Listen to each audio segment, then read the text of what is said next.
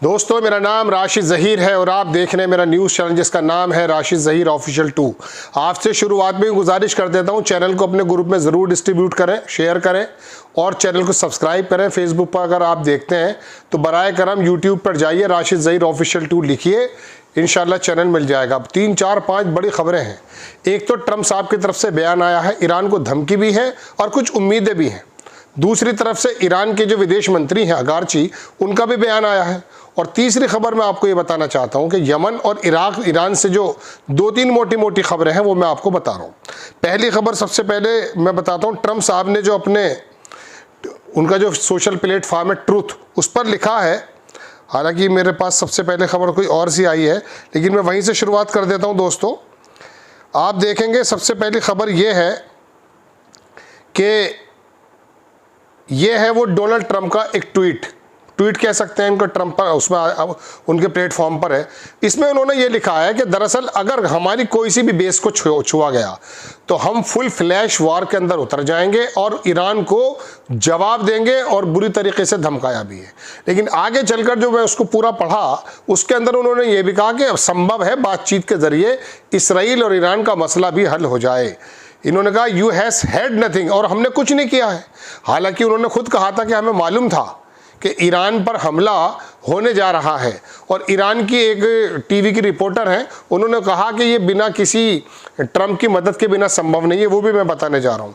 तो इस वाले मैसेज में उन्होंने ये बातें कही जो मैं आपको बता रहा हूँ कि अगर इसके अंदर फुल स्ट्रेंथ के साथ उतर जाएगा अमेरिका, तो फिर ये होगा कि you at levels never seen before, वो सीन आपने देखा नहीं होगा। ऐसी धमकियाँ बहुत सुनी हैं, और अफगानिस्तान से और वियतनाम से कौन जलील होकर आया दुनिया ने देखा है। खैर, Trump says the US is attacked, अगर यूएस पर अटैक हुआ यानी कि उनकी बेसिस पर, full strength might of the US arm force will come down on Iran, और ईरान को ख़त्म कर डालेगी, झुका देगी। ये तमाम चीज़ें हैं। इसराइल के जो प्रेसिडेंट है इज़ाक हर्जोग, उनका भी बयान आया है। उन्होंने कहा very sad and difficult morning. ये तो कह रहे हैं कि वेरी सैड और डिफ़िकल्ट मॉर्निंग, एक आदमी कह रहा बड़ी बुरी रात भी गुजरी है, वही बताऊंगा। दूसरी खबर देख लीजिए, मेजॉरिटी ऑफ द शहीदों की जो है, इसराइल ने जो एग्रेशन किया था, मैंने आपको कल भी बताया था 60 लोग एक ही जगह मारे गए थे, उसमें ज़्यादातर महिलाएं और बच्चे हैं, ये कहना है अल-मयादीन का। दूसरी खबर बताता हूँ, ईरान की जो हेल्थ मिनिस्ट्री है उसने ये वाली बात बताई है जो मैंने आपसे कहा, 10 सेटलर्स मारे गए हैं। अल-मयादीन की खबर है ये। ईरान की जो जवाबी कार्रवाई के अंदर जो सेटलर्स हैं, इलीगल सेटलर्स मान लीजिए या कुछ और मान लीजिए, उसमें बताया कि Iran launch around 80 ballistic missile, 80 missile मारे गए हैं। इसराइल ओवरनाइट इन 2 कोऑर्डिनेटेड बैरेजेस, फर्स्ट वेव रफली 40 मिसाइल्स वर फायर्ड टुवर्ड्स नॉर्दर्न इसराइल, 40 जो है नॉर्दर्न इसराइल में मारे गए, मतलब 40 क्या कह सकते हैं मिसाइल्स। और बताया जाता है कि सेकंड बैरेज में 35 मिसाइल्स टारगेटेड सेंटर इसराइल। बहुत बड़ी बड़ी बिल्डिंग और उनके दुनिया भर के जो हो सकते थे उनको तबाह बर्बाद कर दिया गया है। इसराइल ने क्लेम किया है कि डायरेक्ट हिट है बैट यम, जो मैंने सुबह भी आपको बताया था, शहर में, और लेटेस्ट 6 सेटलर्स डेड, 6 लोग मारे गए, 200 जख्मी हो गए, ये इसराइल का कहना है। और बाकी मैं आपको बताऊं, तेल अवीव की तरफ से खबर आई है कि Israel exported for years destruction, Israel ने जो है हमेशा से जो एक्सपोर्ट किया है वो तबाही, टेरर, डिस्प्लेसमेंट, और फाइनली फायर्ड बैक, वापसी में उसको वही मिला है। ईरान के मिसाइल ने जो है टॉन फाड़ कर रख दिया, इल्यूजन जो उसका भ्रम बना हुआ था वो तबाह खत्म हो चुका है। Striking deep into heart of the Israel military and political hub after Israeli initiated that, इनका मकसद यही है जो मैं आपको बताऊं, तेहरान के अंदर जो उसने सिविलियन पर हमला किया लेकिन वापस पलट करके इनके पास पहुंच चुका है। ठीक है जनाब, दूसरी खबर दिखाता हूं मैं आपको, स्ट्राइकिंग डीप, ये तो मैं बता चुका। बैट यम जो इनकी जगह है उसी के अंदर सिर्फ इतना हुआ कि इसराइली मीडिया ने बताया कि 61 लार्ज बिल्डिंग जो है, बड़ी बिल्डिंग 61, वो तबाह बर्बाद हो गई हैं, पार्शली कंप्लीटेड, या तो आप नुकसान पहुंचा या पूरी तरह से। ईरान के जो मिसाइल बैरिश थे targeting Israeli occupation forces bases, जो इसराइल की फोर्सेस की बेसिस थी वो भी टारगेट की गई हैं। At least 10 will be demolished due to the scale of the destruction. ये इसराइल के अखबार का कहना है कि वो पूरी तरह से तबाह हो गई है। 10 बेसिस के बारे में बात आई है। अब ये कॉरेस्पॉन्डेंट है गाजा के अंदर, वहाँ मैंने आपको 38 की खबर बताई थी, लेकिन लेबनान का बड़ा इदारा है अल जजीरा भी इसको छापता है कि 75 लोग वहाँ पर जो है शहीद हो चुके हैं। शहीद नाम भी नहीं लिया जा सकता। ये है, बस क्या बताएं आपको हम किन मरहले से गुजर रहे हैं। खैर, अल मायादीन की दूसरी खबर देखिए, कॉरेस्पॉन्डेंट ईरान ने बताया है कि no oil refineries south of the Iranian capital were targeted in the Israeli aggression. Israel ने जो वहाँ हमला किया, उन्होंने कहा कि हमारी कोई भी ऑयल की जो रिफाइनरी है वो तबाह नहीं हुई। हालांकि मैंने वहाँ खुद वीडियोस देखी हैं कुछ जगहों पर, अब वो एग्जैक्टली रिफाइनरीज हैं, कुछ डिपो हैं, हम नहीं बता सकते, लेकिन ईरान इसको डिनाई कर रहा है। और उसने कहा कि जो सोशल मीडिया पर आउटलेट्स हैं वो क्लेम जो किए वो गलत हैं।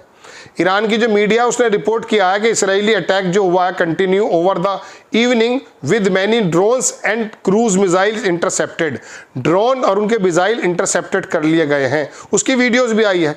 न्यूयॉर्क टाइम्स ने खबर छापी है दोस्तों बहुत बड़ी, वो मैं आपको बताता हूं। उसने कहा कि much of the Iran nuclear programmes remains after Israeli attack. Israeli attack के बावजूद भी ईरान का जो न्यूक्लियर प्रोग्राम्स हैं वो ज़्यादा नुकसान उनको मिला नहीं है। मैं आपको शाम को बहुत बड़ी खबर देने जा रहा हूँ ईरान के यूरेनियम परमाणु बम को मद्देनज़र, आप उसके लिंक्स मुझे मिल जाएंगे तो मैं आपको बताऊँगा। फिलहाल उसने ये कहा है न्यूयॉर्क टाइम्स ने कि much of the Iran nuclear programmes remains after Israeli strike at least for now. अभी तक तो ऐसा नहीं हुआ है। आगे बोलते हैं कि न्यूयॉर्क टाइम्स ने लिखा कि pointed out the Israeli attack seem to have destroyed the, उसने आगे कहा कि लगता यह था कि इसराइल ने काम कर दिया है ग्राउंड न्यूक्लियर फुल फैसिलिटी, लेकिन electrical infrastructure Iran main uranium enrichment site in Natanz वो बाकी बची हुई है। एनवाईटी न्यूयॉर्क टाइम्स ने आगे कहा है कि strike also resulted the deaths of the several senior Iranian nuclear scientist. कई सारे जो साइंटिस्ट हैं वो तो वाकई मारे गए। मेकिंग कंटिन्यूशन इसराइल आगे कहना है कि कैंपेन चल रहा है एलिमिनेट करने का, लेकिन वहाँ ज़्यादा बिल्डअप बॉम्ब, ज़्यादा नुकसान नहीं हो पाया है। खैर, दूसरी खबर देखिए आप, ये दोस्तों खबर मैं आपको दिखाता हूँ, यमन की तरफ से आई है। यमन की जो आर्मी फोर्सेज है उससे स्पोक्स पर्सन उनकी तरफ से बयान आया है, अनाउंस किया उन्होंने कैरिड आउट किया मिलिट्री ऑपरेशन इसराइल के ऊपर Jaffa using number of the Palestine 2 hypersonic ballistic missile over the past 24 hours. 2 हमले किए हैं पिछले 24 घंटों में। अब साहब ये ट्रम्प साहब का पूरा बयान आपको मैं दिखाता हूं, अल मायादीन ने उसको पूरे को छापा है। उसमें लिखा कि we can easily get a deal, हम इजीली डील कर सकते हैं, डन पूरी तरह से between Iran and Israel and this conflict, और इस कॉन्फ्लिक्ट को खत्म कर सकते हैं। ये कॉन्फ्लिक्ट नहीं है तो जंग है। यूएस प्रेसिडेंट ने कहा है कि United states was not involve in attack on the Iran tonight. America इसके अंदर इन्वॉल्व नहीं था और उन्होंने वार्न किया है कि US is attacked in any way, अगर किसी भी तरीके से यूएस पर अटैक होता है शेप पर फ्रॉम बाय ईरान, ईरान की तरफ से, it would respond with unprecedented force using the full strength of the United state forces. ये पूरी तरह से उन्होंने कहा, जो मैंने आपको शुरू में बताया, ये पूरा बयान है। आगे उन्होंने कहा है कि deal between Iran and Israel could be reached easily, आसानी से हो सकती है, हो जाएगी। अब पहली बार इसराइल ने मजा भी चखा है। Bringing the end the conflict, और ख़त्म हो सकता है। It worth nothing here he had also, it would be easy to solve the conflict Ukraine before his current term, और यूक्रेन वाला भी मामला हल हो जाएगा, वो तो कर दिया पुतिन ने। ठीक है जनाब, ये खबर मैंने बताई। अब आपको दूसरी खबर दिखाता हूँ मैं। ये रेस्क्यू चल रहा है अभी तक, वहाँ पर जो बैट येम जो जगह मैं आपको सुबह से बता रहा हूँ, वहाँ पर लोग अभी तक दबे हुए हैं, लोगों को निकाला जा रहा है, बड़ा नुकसान हुआ है। ये ईरान के जो बंदे हैं उनका बयान आया कि तेहरान ने कहा है कि जर्मन फ्रेंच की जो हाइपोक्रेसी है वो निकल कर आई है, चूँकि ये तीनों ब्रिटेन, जर्मन और फ्रांस, ये लोग एकदम पलटी मार गए, हालांकि इनके बड़े ज़बरदस्त ताल्लुकात ईरान से थे। ये इसराइल के अपोजिशन लीडर हैं लैपिड, इन्होंने का बयान आया कि they spent very difficult night, ये रात बड़ी ख़राब गुजरी है। ये ईरान का प्रेस टीवी है, उनका सरकारी चैनल बताया जाता है। इसमें लायला खातून नाम की एडिटर है, इसने ये कहा है कि Donald Trump allowed the Israel to attack Iran. इनका कहना है, ये हमारा नहीं, प्रेस टीवी की बात है। अब अगारची साहब का बयान आया, वो देख लीजिए। ईरान के जो फॉरेन मिनिस्टर हैं उन्होंने कहा इसराइल जो रिजीम है उसने कोई लिमिट नहीं देखी है इंटरनेशनल लॉ को वायलेट करने की। दूसरी बात उन्होंने कहा कि इसराइल जो है अनप्रेसिडेंटेड एग्रेशन दिखा रहा against Iran, ignored by the UN security council, और सिक्योरिटी काउंसिल की जो करारदातें हैं, जो हुक्म हैं, उनको इग्नोर कर रहा है। आगे लिखते हैं, अगारची ने कहा कि ईरान जो है anti Israel operation based on principle of the self defence, अपने सेल्फ डिफेंस में वो हमला कर रहा है। आगे उन्होंने कहा कि Iran was the force to target Israel economic interest after regime hit gas oil industry, मतलब ईरान जो है वो फोर्सली टारगेट कर रहा है इसराइल का इकोनॉमिकल इंटरेस्ट, और बाकायदा जो हिट वगैरह कर रहा है वो गैस ऑयल इंडस्ट्री को। अगारची ने धमकी दी है कि Zionist regime trying to spread war to Persian Gulf area. ये आने वाले वक्त में जो ये मैं आपको बता रहा हूँ कि वो जो जगह है तमाम, इसमें भी लोगों का जो गुज़र है तमाम तेल का और तमाम चीज़ों का, उसको भी रोकने के जो है मामले बनते जा रहे हैं, महंगाई बढ़ सकती है। Country has much evidence of the US support for the Israeli aggression, Araghchi ने कहा अमेरिका का इन्वॉल्वमेंट है, हमारे पास पूरे इसके सबूत हैं।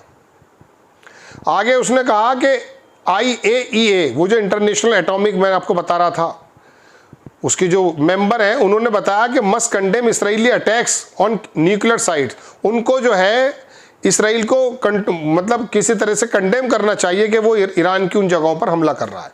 खैर, missiles hit Haifa last night, वो तो जरा देख लिया आपने। एक खबर ये भी आई है कि जो चीफ ऑफ जनरल स्टाफ है यमन की आर्म फोर्स के, उनके ऊपर असैसिनेट करने की कोशिश की गई थी। एक खबर के अनुसार वो बच भी गए हैं। ये दोस्तों 4-6 खबरें थी। बड़ी खबर ट्रम्प साहब की तरफ से आई है, चूंकि नेतन्याहू इसराइल ने उनसे मदद मांगी तो उन्होंने इस प्रकार से कहा कि हमें कोई बहाना नहीं चाहिए हमला करने के लिए, अगर हमारी बेसिस, ईरान की अक्लमंदी यही होनी चाहिए। हालांकि वो खुलकर सामने आया, उसको बचाने की बात कर रहा है, उसको हेल फायर सारे मिसाइल्स दे जा रहे हैं, लेकिन अभी उसकी बेसिस को ना छेड़ें। ये 2 तरफा या 3 तरफा जंगें एक साथ मुनासिब नहीं होती लड़नी। सिर्फ इसराइल को, अमेरिका को आने तो दो, उसको आना पड़ेगा, उसको फुल फ्लैज आना ही पड़ेगा। ये नेतन्याहू उसको किसी न किसी तरीके से इस वार में घसीट कर ले आएगा, ऐसा लोगों का, मोहम्मद बिन सलमान का भी कहना है। खैर, ये दोस्तों बड़ी बड़ी खबरें थी जो मैंने आपके सामने रखी। गुजारिश, चैनल को सब्सक्राइब करें, शेयर करें। नेक्स्ट टाइम किसी खबर के साथ हाजिर होता हूँ। जय हिंद।